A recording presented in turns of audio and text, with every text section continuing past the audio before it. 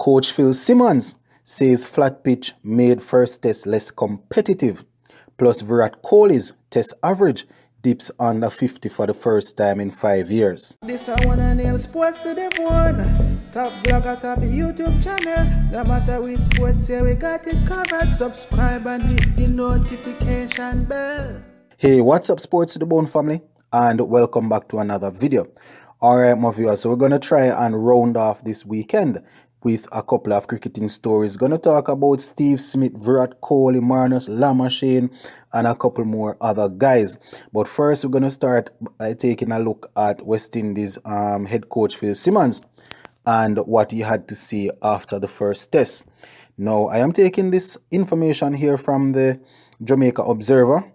Now, the article is saying West Indies head coach Phil Simmons says the first test in Antigua against England could have been more competitive with a better pitch, and he is hoping for a better wicket at the Kensington Oval when the next match of the Apex series kicks off in Barbados on Wednesday. Now, as we know, the pitch was pretty flat at the Sir Vivian Richards Stadium, and the likes of Nkrumah Banner, Jason Holder, Joe Root, Beerstow, and Joshua De Silva. Those guys, they were able to hang around for a long time in the game, and there wasn't really much in the pitch for the bowlers. Now, Simmons is quoted as saying, and I quote, "It's disappointing for the fact that the cricket could have been better. Both sides bowled well on the pitch, but I think with a better wicket, we would have had a better test match, a more difficult test match for either of the sides because the two bowling attacks are good bowling attacks," he said. So basically letting us know that, with a little bit of assistance, the pitch would have probably given us an opportunity to see a better game. Well, he went on and he said, "I'm hoping for a little bit more on the wicket in Barbados. I think it will make for a better test match.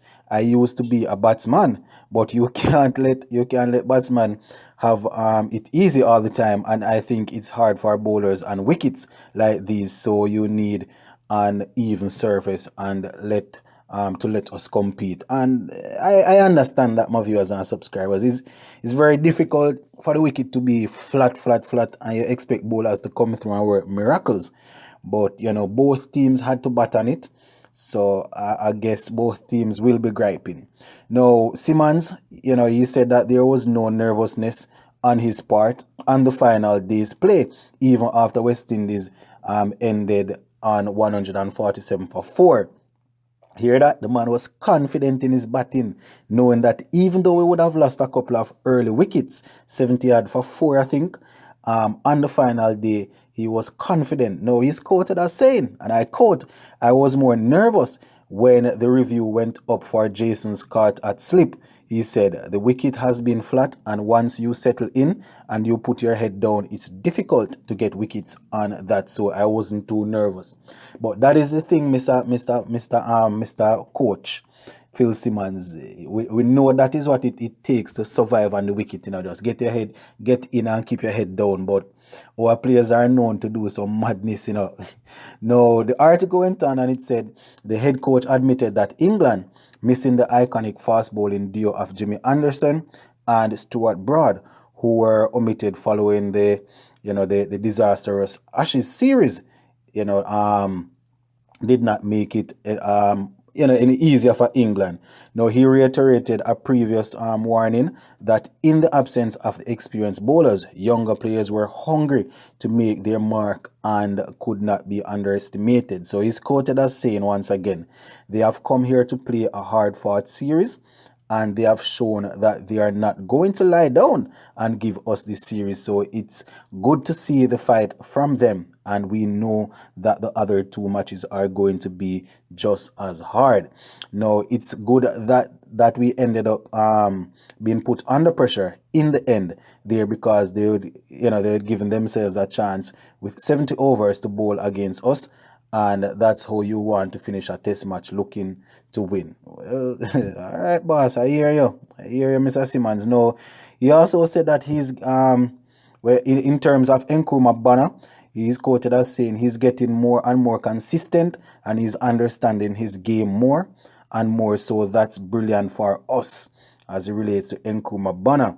So yes, my viewers, no, Simmons also said that it's great that people are coming back to cricket and things are getting back a little bit normal where cricket is concerned. So talking about the fans and the fact that they were able to have a couple of fans in the stands. Yeah, so we all know, my viewers and subscribers, those who would have watched the game, that the pitch wasn't the best as it relates to really offering something to the bowlers. And because of that, we saw 4 centuries in the one game there. The bowlers had to be extremely skillful to really get something out of it. So the second test, as he said, we should probably have a better wicket at Kensington Oval, and I am hoping that our bowlers will be able to make the best use of it. Too bad for England that Mark Wood might not be taking part. I am not sure. He's because of the elbow issue, he might not be taking part. But having said that, other bowlers are there that can come in. Saki Mahmood is there. Plus they have another spinner. I don't. They're going to bring in another spinner on that wicket, but when you're going on tour, anything can happen, so you have to prepare for the unexpected, as they would say. So we're just going to keep a close eye on that one Wednesday morning to see how the wicket will play. So yeah, that is basically it for that part of the video. But before we move on to the next part now, my viewers and subscribers, I am just going to remind you, if you are a fan of this channel and you are listening to the videos, it's not going to take much out of you to hit that subscribe button and also to turn on the post notification bell and like up the video. Come on, man, come on, peeps.